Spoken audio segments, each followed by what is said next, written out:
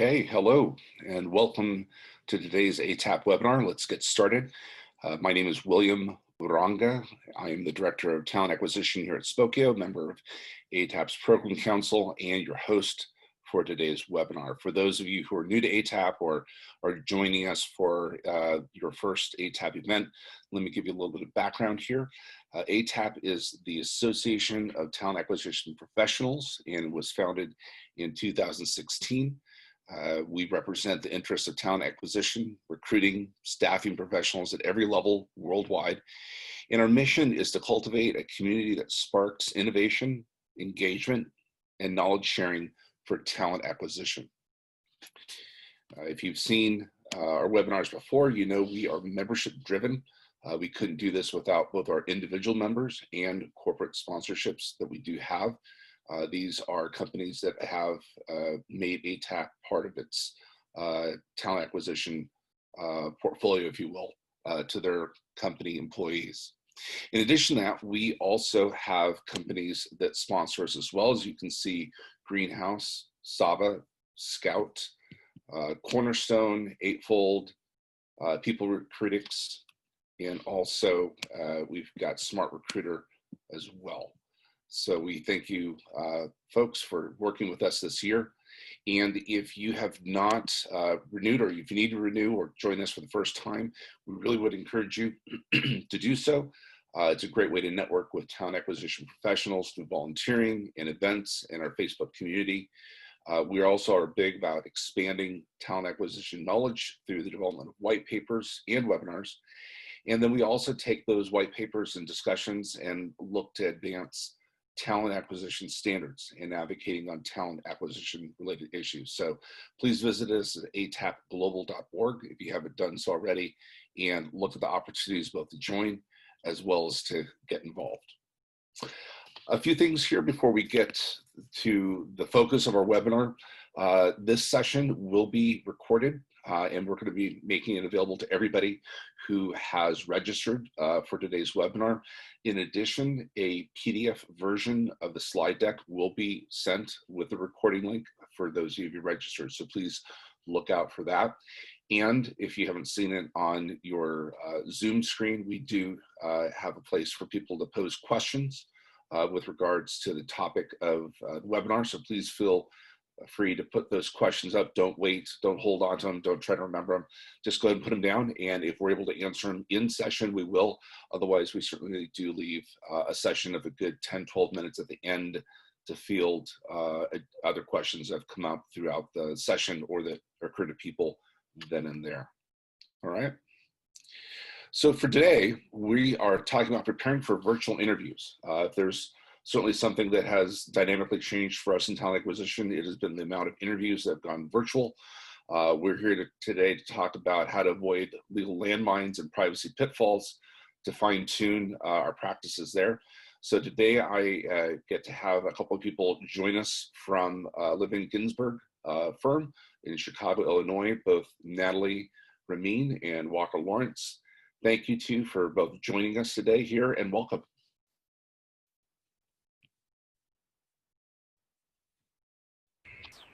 I appreciate it, Bill. Let me get my screen up. All right. So we'll get started. I appreciate you guys coming, taking the opportunity to take some time out of your busy day, no doubt, to learn hopefully some stuff that's new, but also just to rehash of some important considerations from a legal perspective as we go through these issues. So quick thing, both Natalie and I are partners at the firm Levin Ginsburg. We're a full service business boutique law firm, able to service the needs of just about any business as well as its owners in any legal concept that might come across their table. And we're here to help. My specialty and what I work on primarily is in the employment and labor space. And Natalie's focuses on the privacy and trademark space. And hence why we're working together on this presentation. Because we're lawyers, we always have our wonderful caveats. Please understand that everything that we're talking about today is for information purposes only, and we're not providing legal advice. If you have a specific question for a specific need, it's important that you speak to your lawyer directly to discuss that particular problem for you personally. All right. Now, what are we going to talk about? So today we're going to go through kind of three major areas: job interviews and legal questions and issues that are there. What is the impact of video interviews in light of some of these legal considerations and some of the challenges that exist? And then there's a new artificial intelligence law in Illinois that people need to become aware of that is likely going to expand to other states. And then Natalie will go through and discuss some of the privacy compliance and other considerations that are important, particularly in the age of video interviews where all this information is being stored, shared, and easily accessible by lots of people. All right, job interviews. Hopefully this is just a rehash of things that you already know, but I'm going to go through some basics so that we can focus. The first is that for the key thing from a legal risk management perspective is ensure that we have a plan for the interview. Understand what we're asking, why we're asking, and gear it so that it's toward that specific role and it doesn't go outside the needs, qualifications, or the job requirements. We always encourage our clients to prepare their questions in advance. Ensures consistency so that you're asking the same questions across the same interviewees to ensure there's no arguments of disparate impact or someone being treated differently. We also, while it's important to get to know your interviewee, get them relaxed, we do want to be cautious about what kind of information we're trying to elicit through that program because it can potentially expose that the interviewee is a protected class member, which then creates obviously potential risks of discrimination or failure to hire claims. And then because the laws do vary depending upon state, and we'll go through some of those, you're going to want to better understand which jurisdiction, which state jurisdiction you're subject to as you're going through these interviews. The key thing always though, and it's that last point, is that we always want to keep the job interview to be focused on the job itself. So what are some of those legal risks? So the big one that everyone talks about and that we get right now is the ADA. ADA prohibits employers from asking about disabilities, what kind of reasonable accommodations someone may need, or conducting a medical exam before the job is offered. There are exceptions to that, which is where the interview, we know that someone has a disability, you could potentially ask. It also can come up in an interview where they ask about an accommodation and you can have those discussions.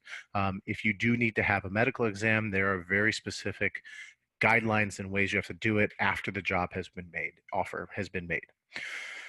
Now, what do we need to be worried about in the ADA? Well, EEOC provide us some do's and don'ts. And as you can see here, there's good questions that are all focused on the job as we started this program. It's job, job, job, job. What we don't want to do is focus on your mental impairments. How much time have you taken off? Anything that's fishing for time that someone may not be able to work because of a disability or their unavailability because of their disability.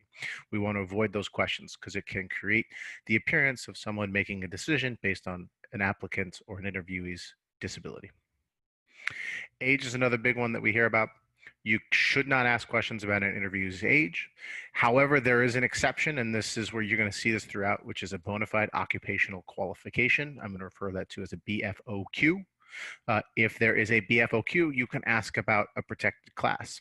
There are typically some examples of BFOQs. Age is a common one we see because of mandatory retirement age, where, and the example here is where you can't hire a pilot over the age of 60, for example, because it's been determined from a safety perspective, anyone that was over the 60, it can't continue to fly a plane safely for commercial airlines. Some key areas that we always want to avoid because they suggest an age bias is graduation dates and how long they've been out of the job and doing this kind of work. We want to avoid job postings that say we want a minimum of, we want just between 10 and 15 years experience. Minimum experience is fine, but if it's got a range of what we're looking for, that can create an age issue because if someone has, you only want 10 to 15, well, if they're 25 and you're looking for that, you're looking for someone under 40. Now you create an age problem because you're not going to be hiring anyone over a certain threshold. Moving on to religion, again, another common one.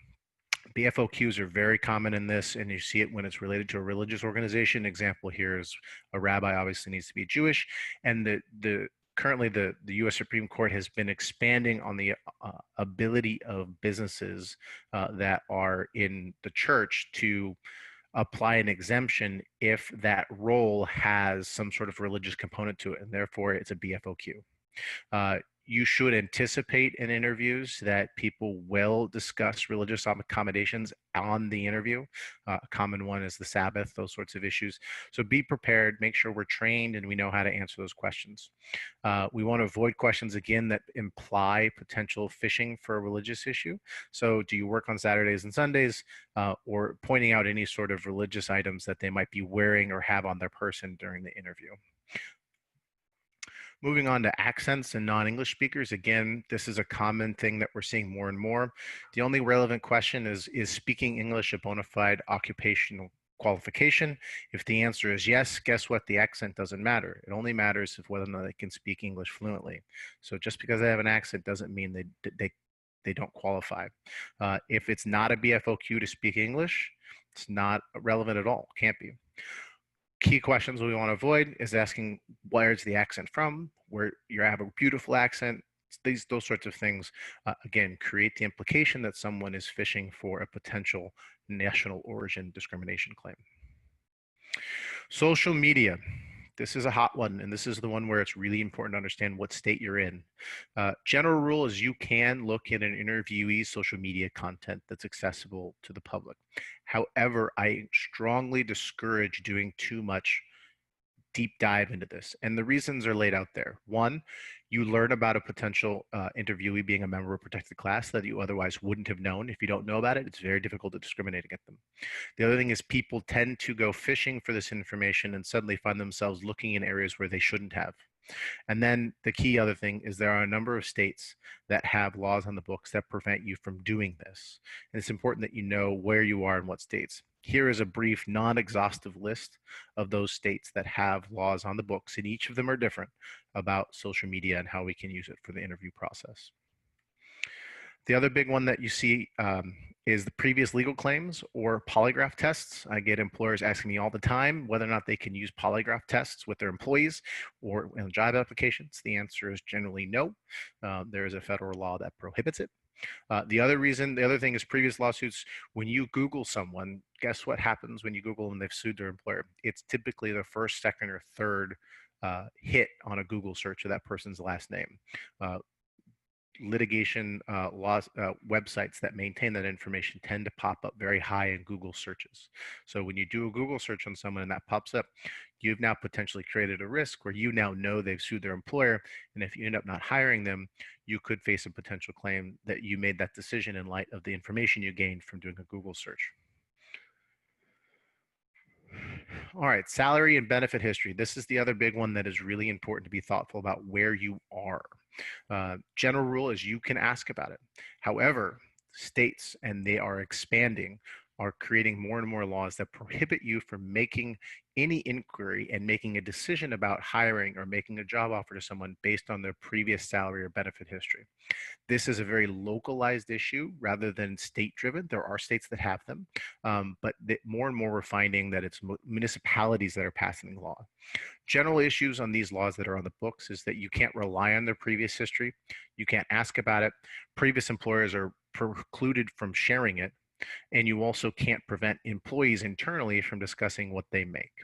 Here again is just a brief list, non-exhaustive, of some localities and states that have laws on the books that deal with this issue.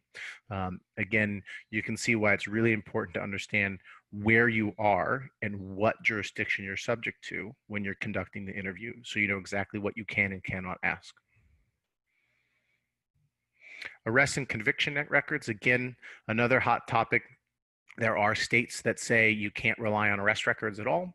And there are other states that discuss and deal with convictions. Arrest records, as a general matter, again, not prohibited, but proceed with caution. The EOC, the federal agency governed with dealing with discrimination claims, does believe a blanket policy dealing with arrest records could be discriminatory, and the reason for that is relatively straightforward, is there is a disparate impact that negatively impacts Black and Brown applicants on an arrest record policy versus traditionally white applicants.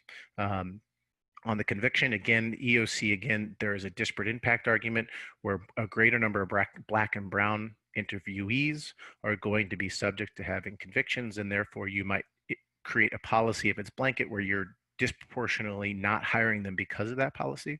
So it's really important when you get an applicant's conviction record, you understand and ask, is this really important for the job? How long ago was it? How severe was the offense? And really do an individualized analysis before you make the decision not to hire someone because of a conviction. And then obviously keep records of that analysis should there be a claim made at the EEOC.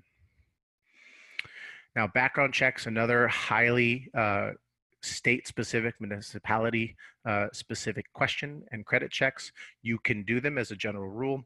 However, with credit checks in particular, there are specific consent, notice, and disclosure obligations you have to follow, and there are laws that do prevent the use of this information. Again, very common that all these laws have a BFOQ exception to it. Typically, it's going to be someone that is transactioning with lots of money, someone's sensitive personal information like social security number, credit card numbers, things of that nature. And there are often a lot of jobs that have a specific credit or background requirement to have the job in the first place, usually driven by some sort of state law. Teachers is a very common one that we see where background checks are obviously required given what they're doing. Quick summary. On a job interview, it's really critical to be prepared.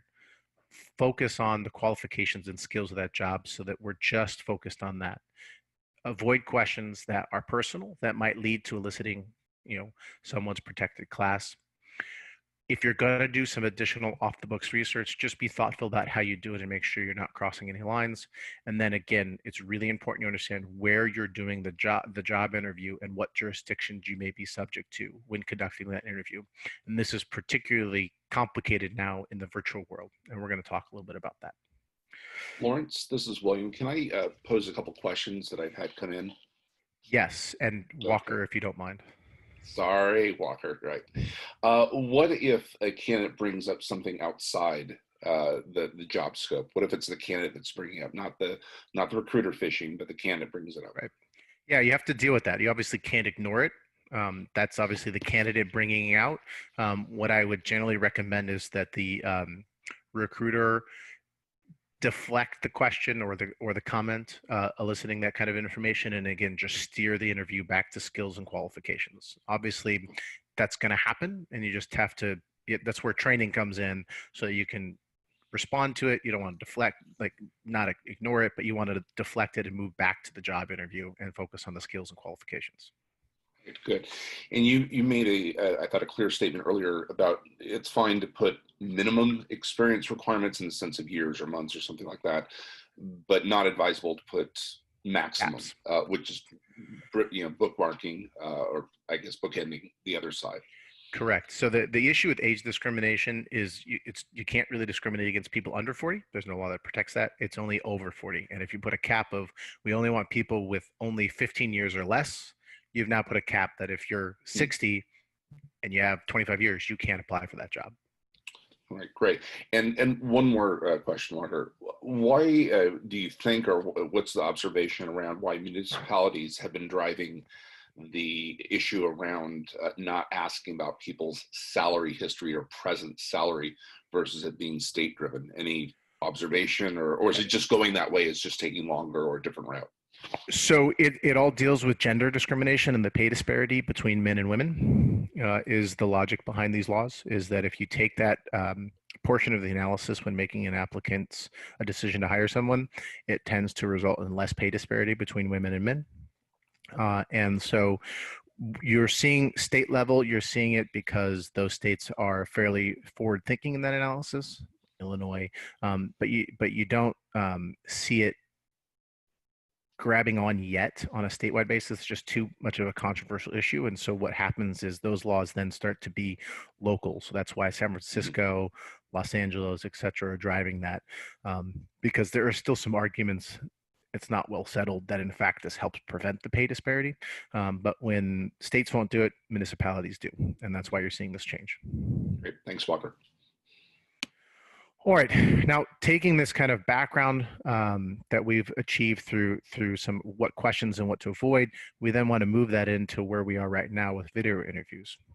Now, quick concept, you guys probably know this a heck of a lot better than I do, but as there's generally two types of video interviews. There's the live one-to-one, like we're doing right now on a Zoom call, or the pre-recorded.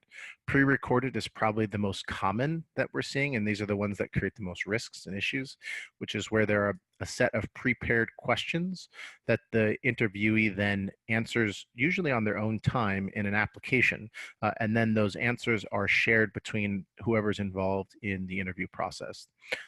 And that's typically the early stages of an application process. And then the live interviews are typically at the last or final stage of hiring. Now, there are some unique issues that come up, which is first, with COVID, we've seen a huge spike in video interviews for obvious reasons. They are a good practice. You can do them. There's no prohibition. You can do them as freely as you want. However, there's some things that we got to be thoughtful about. So first is accommodation issues. Can the interviewee participate? Is there a disability that prevents them?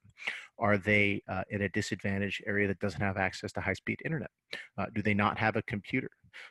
We'll go through some stats, but studies have shown in the last year these issues disparately impact people that are in protected classes. The other issues that we're seeing is in it recording it. Are there complications and issues if the employer records it? What if you don't have the consent to record it? What if the interviewee records it without you knowing about it? What does that mean? The other thing that we're finding with video interviews is that because it's frictionless and easy and costs very little, more people are participating in the interview process, which means you've got more hands in the pot to make the decision, which increases the risk of disparate claims where someone's going to influence the hiring decision because they want to discriminate against a protected class.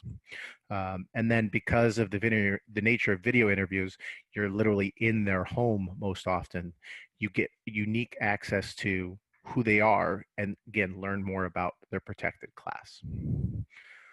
So how do we deal with these problems? Well, in an ADA claim, there's not a lot of law that settles this. You do likely need to provide an accommodation. So if you're saying all video interviews and they say, I can't, I've got a disability that prevents me from doing it, you probably need to find an alternative way to do it, likely just a phone call, assuming they can do that.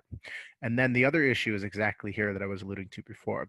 There are lots of studies, no finalized research or conclusive evidence that says that it has a disparate impact, but generally older individuals, protected classes, are less likely to be able to participate in these types of interview processes. And we've got to make sure that we're being thoughtful about ensuring we're not unintentionally discriminating against a group, which can lead to a claim. And then the other thing that we see in these video interviews is, like, you get the grandma or the kid that runs through and you learn about who's in their house, and then again creates a potential entry for additional bias, which could lead to a discrimination or disability claim. Now, what about the recording issue?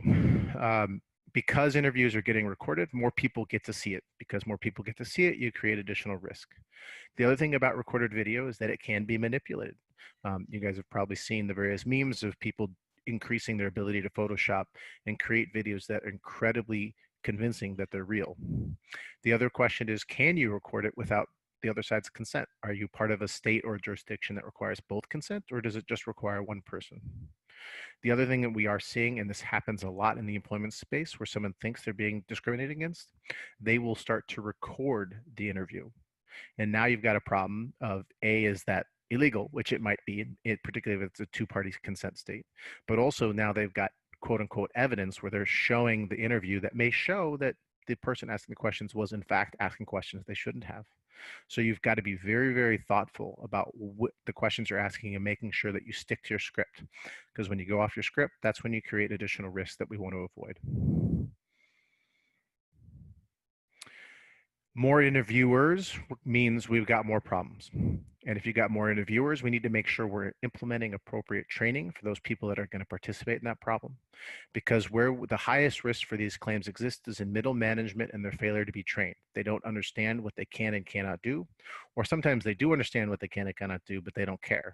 And they're the ones that are going to create the most risk for a business. And then you have a middle manager that normally is not part of the process, but now is because it's a video and it's easy. But he says, Jane Doe who happens to be African American, he won't accept anyone that's African American and will just says gives him bad ratings, and suddenly he doesn't get a job. Is that a claim? You've got to be very thoughtful about this, and it's really important that you have proactive training for anyone that's going to be participating in the interview process. And then there's this thing about the risk that's created because you get such a unique personal uh, exposure to their home space. You might learn about the religion that you otherwise wouldn't because there's a cross in the background. You're going to obviously learn about the applicant's race that you otherwise wouldn't have if it was just a phone interview. You might learn that they're a parent because there's a kid screaming and wants to get some help with their math homework, like my kids this morning. Or you may learn that they're a mixed race family. There are all sorts of things that creep in that you otherwise would have never known about because you're doing it through a video interview. There's additional problems that come up, which is where we've got technology problems. The video is laggy. They keep cutting out.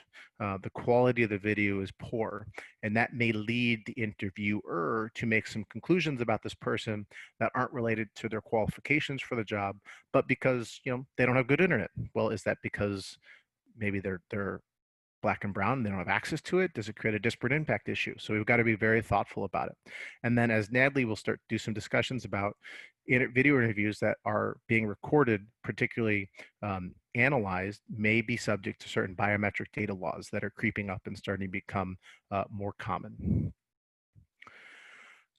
Now the granddaddy of them all is this AI. As you hopefully some of you have seen, it is increasingly becoming more and more popular, particularly in the financial sector. It's these programs that allow for typically pre-recorded interviews to be analyzed using a algorithm that decides if the candidate is a good fit. There are two examples I have here, my interview and HireVue. HireVue is the big player in this space. And what they do is they take the pre-recorded interviews with pre-recorded questions and applies it to an algorithm to decide if this person is a particularly good fit. Here's the problem that can creep up, and we don't have answers to this yet, but we've got to be thoughtful about it, which is A, who defines what's a good fit? Is it the algorithm? Is that algorithm biased? Is it the employer that's making the decision and says, well, I want everyone that looks like what we already have in my workplace? Well, if everyone you have in your workplace is white, and you train the algorithm to focus on just hiring the people you already have, you may have an issue because you've preset conditions that lead to the AI making a decision to hire more white people than Black and brown candidates. And so we've got to be very thoughtful about how we use this. And so that's why we've got this new law. Here in Illinois, which is where I am, we have a new law that was passed. It's the first in the country. There's no other ones yet, that says, we're going to regulate the use of AI in the interview and hiring process. It only applies, again, this jurisdiction question, to interviewees that are being considered for a job in Illinois, that's based in Illinois. Now, what does that mean when now we can work in Indiana, but it's for a role, say, in Chicago? Is that applicable? Probably in that circumstance, but we've got to be thoughtful about it. It places specific requirements on the company to, one, notify the interviewee that the AI is going to be used, inform the interviewee how it works and the types of characteristics analyzing. So is it analyzing your facial expressions? Is it analyzing your tone inflection?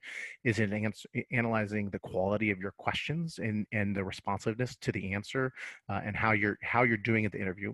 And then you have to receive a consent from the interviewee to be evaluated by the AI. The other thing the law creates is it minimizes the sharing of the information, and the interviewee has the right to request that any video copies be deleted upon 30 days written notice. Now, this law is not perfect. It's literally a page long. Page long laws tend to leave a lot of holes. Well, the first one is, what is artificial intelligence? We don't know. Doesn't define it. It could mean a lot of things. So we don't know what types of interview AI applies to this law. The other problem is this law doesn't have an enforcement mechanism. What happens if the employer doesn't follow it? What's the risk? We don't know. And then what happens if the interviewee refuses to provide their consent? Again, the law is completely blank on what this means. So if they say, no, I don't consent to it, does that mean that you can just say, okay, you don't get the job? Is it a job application requirement that you participate and use the AI? Maybe. Does that mean the employer can choose to not hire them? Potentially, because it's unclear with the way this law is currently drafted. I would expect as AI becomes more and more prevalent, all these issues are going to be fleshed out. And so best practices, and this goes to some of the privacy things that Natalie's going to talk to. Consent, consent, consent. Get the consent, and you're typically going to be in the best position possible. All right, I am done with my portion. We're going to pass it over to Natalie, but Bill, if there's any other questions that come up dealing with some of my issues, I'm happy to answer them right now. Sure. We had one question from Letitia that asked if people spot a job posting that does have minimum or maximum age statements in job description, is there a best practice to do that if it's not my own company? Do I bring it to their attention? Is that something that needs to be reported, or any suggestion? Yeah. Yeah, I don't know if there's any good right or wrong answer. It depends on if it's something you feel strongly about, and maybe you know the person that posted it. Say, hey, I see you put a cap on here. I don't know if you should be do that. Maybe you should reevaluate it. Where it really becomes an issue is if it's an applicant that wants to go for a job, applies for it, and then gets an email says, sorry, you have 25 years of experience. We're only accepting people with 15 or less. Now that person's going to file a charge for discrimination. Mm. Right. And then one more question, Walker, with regards to capturing consent, what you just ended with, from a mechanism standpoint, it sounds like there's a lot of signatures, there's a lot of notification. Is that just something that should be done through a e-signature? How have you seen clients or people address this, I guess, the need of tracking who was okay with what? Yeah, for my clients in Illinois that have had this problem, which is very few of them, we are including it as part of the packet of their interview process is a consent form that provides all the required notifications about the AI system, what it's doing, how's it going to be used, and then at the end, the employee providing their consent to participate in it, and that we will then send it to them, and then typically an email signature. You can do an e-signature, you can do HelloSign or any of those other ones that are out there, DocuSign, and do it that way. Sure. I would guess as these laws, which I anticipate are going to become more common, the vendors, HireVue is the one I've dealt with. They're probably going to start integrating into their system the notice and consent process so that it's streamlined, because once it becomes an issue for the employer enough, they're going to make sure that it's part of their program. Right. Great. Thank you, Walker.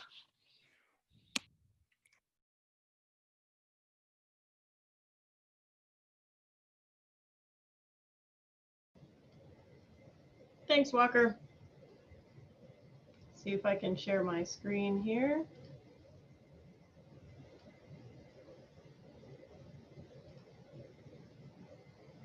Great. Can you see it?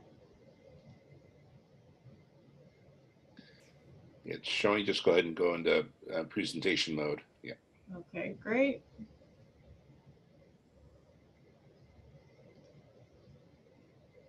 There we are. Okay, so as Walker was saying, there are privacy and security concerns in any kind of video interview context. And we're going to go through some of those. Obviously, the first one is securing the actual content. So privacy and security are not the same, although they are related concepts. So in securing the content, you want to make sure that, especially if this is a pre-recorded video, you want to make sure that you're securing the content at all phases. So not just the actual recorded portion of it, but how is that being transmitted? How is it being stored? How is it being destroyed if it is? And we'll get into a bunch of other concepts around that. But also the other concept to note is only collecting as much information as you need at the time. So in other words, not going off script, not collecting more things in the background than you might need on the interviewer side, things that you can control. You should in fact do that to control that. But basically, as far as safeguarding the content, you want to treat that content as if you have that in your own business with the same degree of care. On the data storage side, we want to make sure that we have different levels of storage and different levels of security with those things. So we want to make sure that we have physical safeguards as well. Those things seem to be pretty obvious, but sometimes are just really not. Computers that are left with somebody logged in a place that's now out in the open where somebody walking by can see it that otherwise should not have access to that information. Things like this. wiping off, policies in a company where you wipe off whiteboards after a meeting. People who have, those, these sticky things or whatever around their computer and their workspace that have passwords on them. You'd be surprised how many times that happens. We want to make sure that we take physical safeguards and we have policies around those within the company.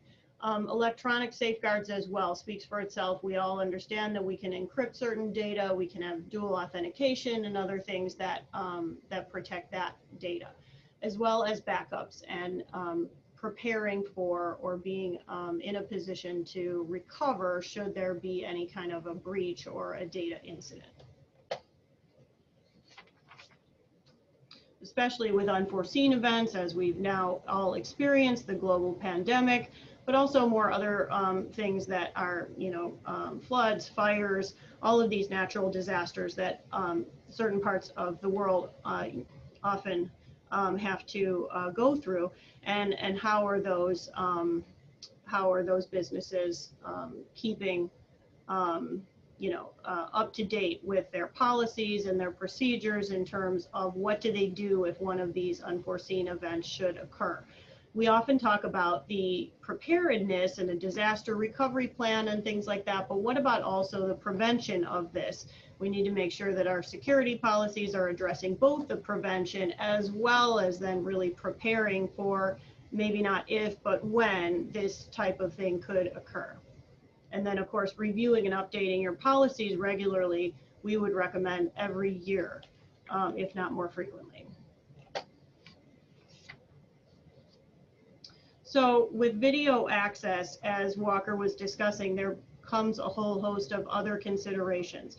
And in this area, we want to make sure that only those with the authorized access has the access to the video content that should. He was saying that the more people involved in the interviewing video process, or the more people involved in the video, in the interview process in general, the more risk there is. Same thing here, where the more people involved, they should have technical safeguards against that, where some people have different permissions than other people, so that there are built-in safeguards. And again, we talk about this content, this idea of data minimization, but about collecting in the first place only things that are really necessary.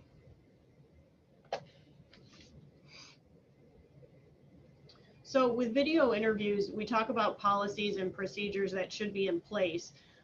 This is the something like a data security policy or an interview security policy. So at or preferably before the time of collection of the interviewee's data, you want to make sure that you disclose all the relevant information to the candidate about what information will be collected, how it'll be used, how long it's kept, things like this. And Walker touched on that a little bit, and making sure that you get consent from that interviewee prior to the interview.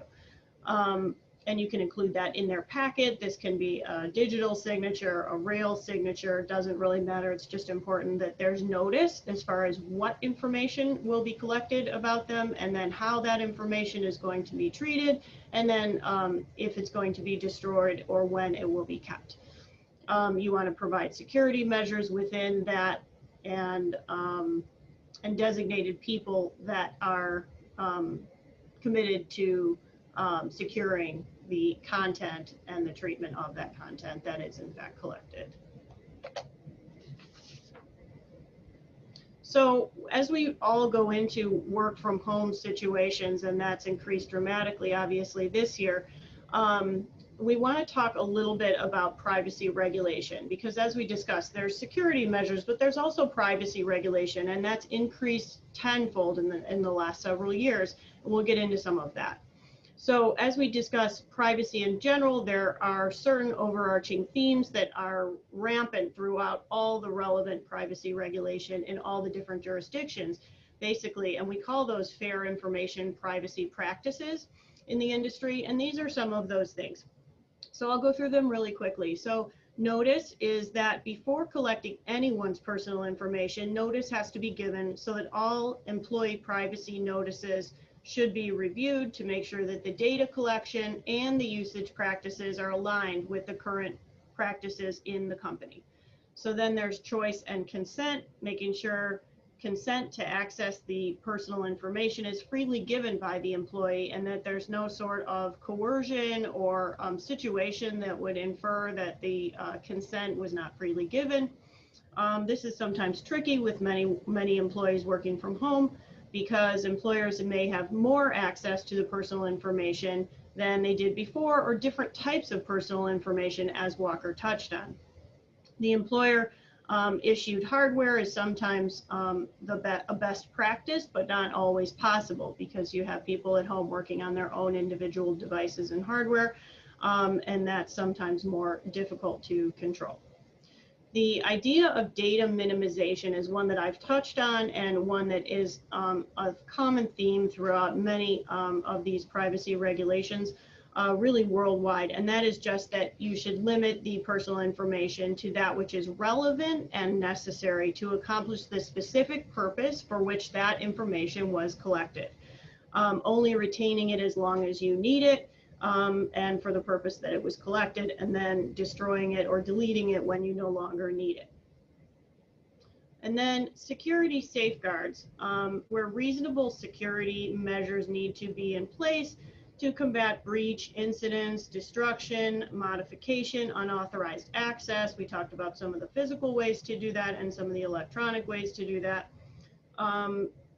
Reasonable can be different depending on whether you're talking about the physical safeguards versus the technical safeguards. And then there's accountability, and that's the ease of access to which new policies and exist, and then a way to enforce those. So accountability really comes up in a number of different ways, and we'll get into GDPR soon. And when I talk about that, you'll see that really it has to do with proving compliance in certain regulatory environments. And so when we talk about GDPR, I'm sure that most people on the call have heard of this, but this is the overarching privacy and law within the EU. So it's the General Privacy Protection Regulation. It was passed in 2016. It's now effective in 2018. But really, we're now just seeing, I believe we're now sort of more seeing more compliance efforts. And more care with respect to that. So who must comply with GDPR? Companies that offer goods or services to EU residents and process the personal data or monitor the behavior of EU residents. So no matter if the resident is based in, if the company is based in the US, or if the company is based outside of the EU, or if the company is based in the EU, they may certainly have doing business with EU residents, and then have to pay attention to that. This also affects EU employees. So, and there's penalties, they're pretty high penalties for non-compliance. As you can see, it's up to 4% of the annual revenue, or up to 20 million euros, whichever is greater, not to mention the damage to goodwill, etc. There is more the fines up to 4% can be things like failing to honor a data subject rights request to delete their information, failing to comply with an order of a supervisory authority. Supervisory authorities are entities in each of the EU countries that oversee GDPR regulation and compliance. And then there are some lower fines, only about half of this, although that is still pretty severe, for failing to notify a supervisory authority if there's a breach, and things like that.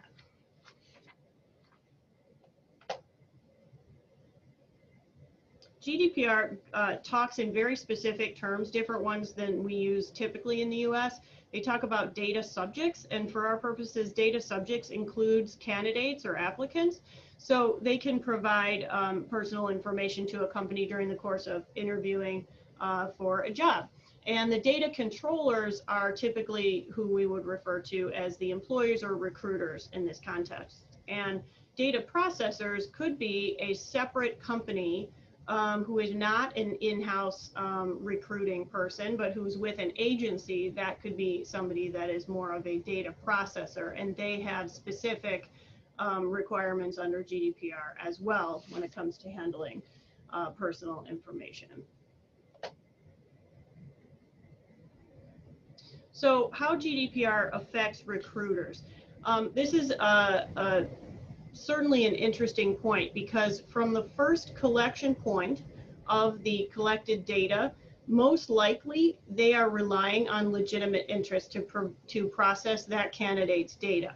And they need specific, explicit, and legitimate purposes. So it may sound sort of straightforward that we would think, well, of course, we want to collect the information to fill this job position, and that's what we need it for, so away we go. We'll rely on legitimate interest and for everything that we do, and that's fine.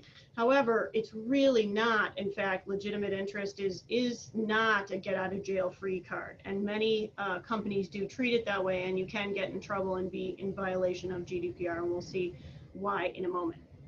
But basically, you have to create a legitimate interest assessment and really balance out the legitimate interest that recruiters may have in filling a particular spot against the privacy rights of the individual.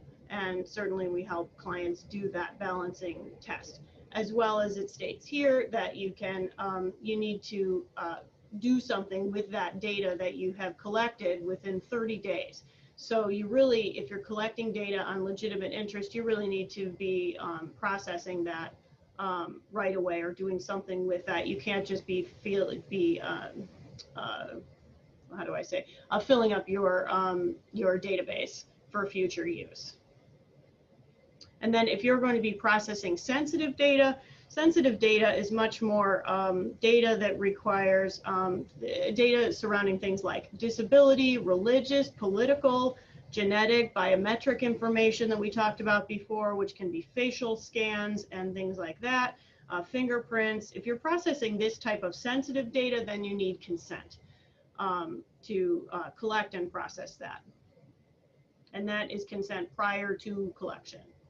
So really the overarching thing is that the business needs to be transparent about processing the data that it is collecting and processing, and getting the right purpose in place for that, whether it be legitimate interest, consent, or some other basis. According to GDPR, you need to specify upon which basis you are collecting this, and then comply with all of the regulation surrounding that.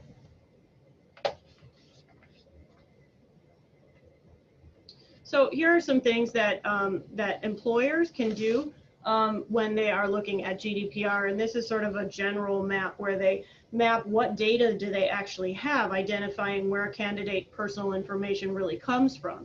Does it come from sources that come from the candidate itself, or does it come from social media? Where are they sourcing this data initially? And then access to, or assessing what data is collected, how much of it is collected, where it's going to be stored, identifying, you know, who has access to this, mapping how that data flows throughout the company, and then identifying all the different processes and policies that have to be in place for sharing the data, transferring the data to other third parties if that exists, selling the data if that exists, or changing or deleting the data.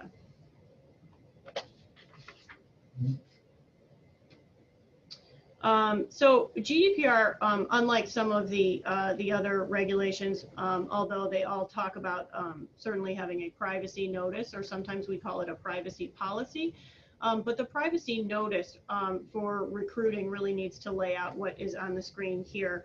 And for candidates' rights with respect to their personal data, we want to talk about the right to be forgotten under GDPR, the right to access their data, the right to withdraw their consent if that was the basis upon which it was collected, to restrict the processing of that, or to be informed how their data is being processed, things like this.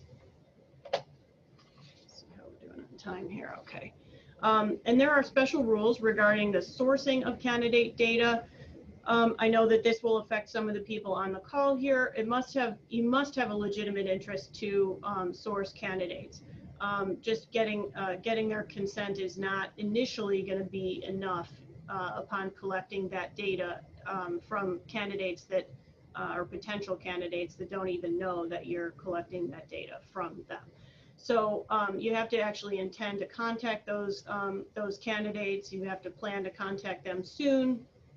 Collect only the data that you need. We've sort of gone through some of these concepts, and I want to make sure that I have time for some questions. And then what happens when the data collected, when the candidate is not chosen for the position?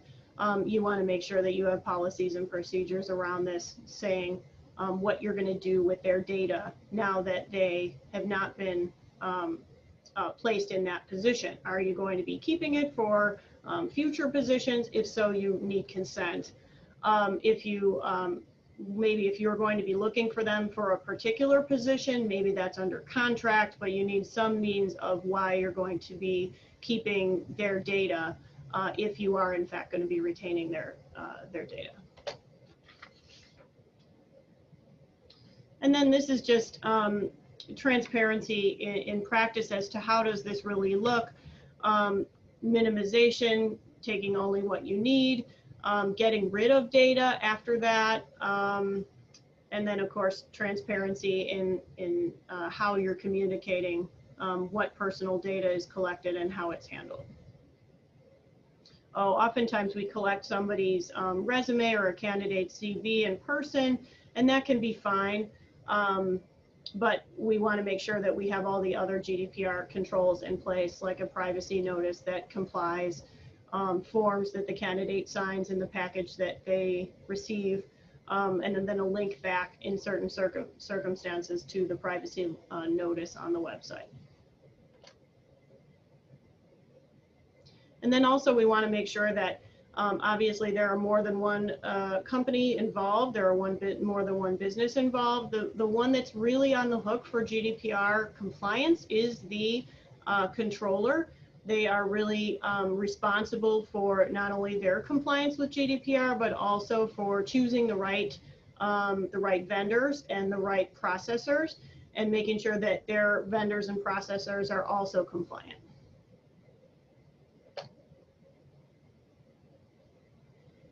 We want to make sure that under GDPR, the candidate knows that they can make requests. They can make requests to access their data, delete their data, all the same things that the consumer can make under GDPR. So now I'd like to go into a little bit about the California Consumer Privacy Act. Although this is going to be perhaps put off in some form or fashion to certainly to January of this coming year, if not January of the next year, depending on what happens, and I'll go through that in a moment. But I want to make sure that we all know that certain things with respect to the California Consumer Privacy Act do in fact affect employee data right now. So I want to make sure that I get to that. And basically the CCPA, for those of you who are not familiar, is the most comprehensive privacy act in the US today. And it basically is sort of a GDPR-esque type of act, but it has some differences. And here's one of the differences where the only for-profit businesses doing business with California residents are having to comply with California Consumer Privacy Act, and also their gross annual revenues either need to be one of these things, either need to be over 25 million, the company buys, receives, or sells or shares personal information of 50,000 or more California consumers, households, or devices, or derives 50% or more of its annual revenue from selling personal information. So if you fall into one of these things, your company will be subject to CCPA. And under the CCPA, the thing to note is that personal information, like GDPR, is fairly broadly described. So when it talks about personal information, it really means name, email, social security number. It can be other things as well, and that it's really broadly defined. So when you say, oh, we don't collect any personal information, it's probably not true. Under CCPA's definition, you probably do. So with consumers and employee data, as I alluded to before, so CCPA was effective or was passed January 1 of 2020. It was really effective date of July 1, 2020. And so what's happening now is that California has a couple of bills that are on the table, one of which is to delay the applicability of CCPA to employees and employee data until January 2021. However, some of these rights under CCPA apply to employees now, and these are the ones in bold. The right to be informed regarding personal data collection, and that they have a direct cause of action for breach involving non-encrypted or non-redacted personal information that's not cured within 30 days by the business. So that means that if the business experiences a data breach and that person has an identity theft problem, they have a direct right to sue the company.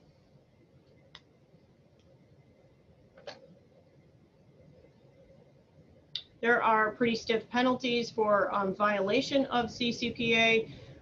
Businesses who disclose the personal information of an employee without authorization, or if their information is stolen because of inadequate security safeguards, that can risk a lawsuit. There's also damages that can be incurred, and there's also the AG's office can institute fines for noncompliance. CCPA is going to undergo some form of changes. There's already some revisions being proposed now. And one of two things will happen. Either the California Privacy Rights Act, which changes and clarifies CCPAs and adds to it in certain ways, is on the ballot for November 3rd.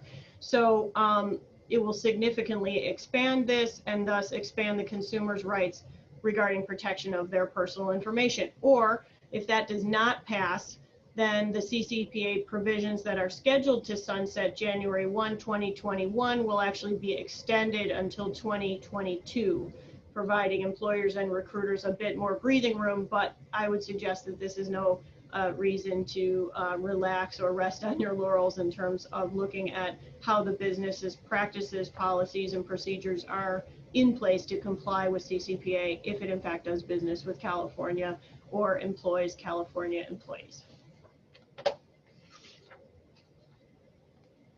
These are just some general best practices that we've come up with, basically providing timely notice to the consumers and employees. This is if CCPA applies to your business, as to when personal information will be collected, maintaining an updated privacy notice, at least reviewed at once every year because the law keeps changing, and otherwise complying with CCPA as it affects personal information of consumers, if that in fact applies to your business as well.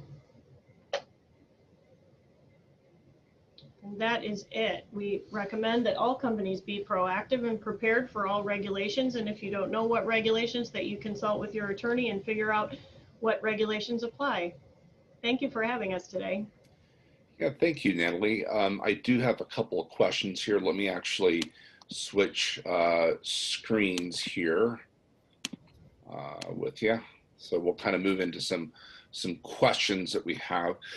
One, dealing with Cal CPA or CCPA, does this apply to candidates or applicants that are not in California but are applying for either particularly, I guess, a location outside of California, but the company is headquartered in California?